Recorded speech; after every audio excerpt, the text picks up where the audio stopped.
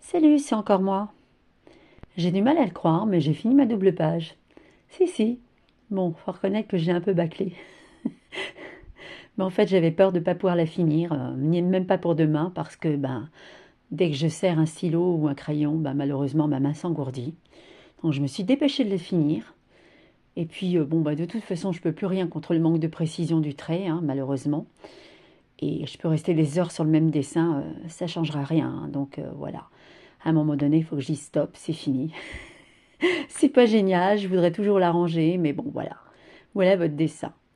Euh, le dessin n'est pas fouillé, hein, comme je vous l'ai dit, c'est pas un dessin très travaillé comme les autres, hein. Cette série, c'est plutôt le propos qui est important pour moi. Donc voilà. Je vais essayer de vous les lire, ces deux pages. Je vais avoir du mal parce que, bah oui, je suis loin. Vous-même, vous pourriez pas les lire, je pense. J'ai pas super bien écrit. Normalement, j'ai une belle écriture, mais là, avec ma main engourdie, c'est pas génial. La construction du dessin en elle-même est pas géniale non plus. Mais bon, je vais essayer de vous lire ça. Allez, c'est parti. Il y a ce garçon qui mange bien à la cantine. Il en reprend toujours 2 ou 3 fois, et il finit le plat. Parfois, il finit même l'assiette des autres. C'est un gros mangeur. Il n'en a pas l'air, il est très maigre, mais il n'arrête pas de manger. La nourriture, c'est une obsession pour lui depuis toujours. Petit, il volait le goûter des autres dans leur cartable. Maintenant, il se remplit les poches de tout ce qu'il trouve. Un morceau de pain ou une pomme à la cantine, une barre chocolatée volée dans la poche d'un élève à la récré. Il ne rate jamais un repas à la cantine.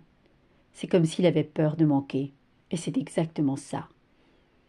Il mange bien à la cantine parce qu'il n'y aura peut-être rien à manger chez lui ce soir. Il n'est pas sûr de manger à sa faim tous les jours. Ses parents sont pauvres, et il a beaucoup de frères et sœurs. Son pire cauchemar, c'est les vacances, parce qu'il ne pourra pas manger à la cantine. Voilà. Bon, ouais, je crois que vous aurez compris le propos, hein. Donc tout ça pour vous dire que malheureusement, il n'y a pas que dans les pays du tiers-monde que des gamins meurent de faim ou qu'ils manquent de nourriture. Juste à côté de chez vous, il y a sûrement des gamins qui en ce moment ne mangent pas à leur faim. Et je pense qu'au XXIe siècle, que ce soit là ou là-bas, ça devrait plus exister. Mais bon, malheureusement, c'est comme ça.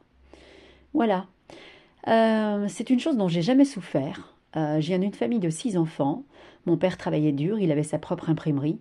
Et on n'avait pas les dernières choses à la mode, hein. Personnellement, j'ai porté les vêtements de mes 3 sœurs aînées, hein.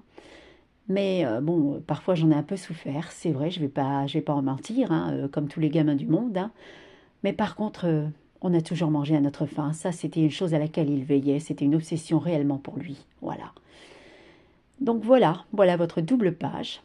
Et ouais, je vous dis bonne soirée.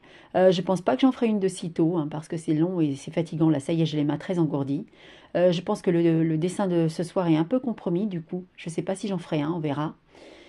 Et ouais, je vous dis quand même belle fin d'après-midi et sûrement à ce soir ou à demain. Enfin voilà. Bisous à tous et salut Vega.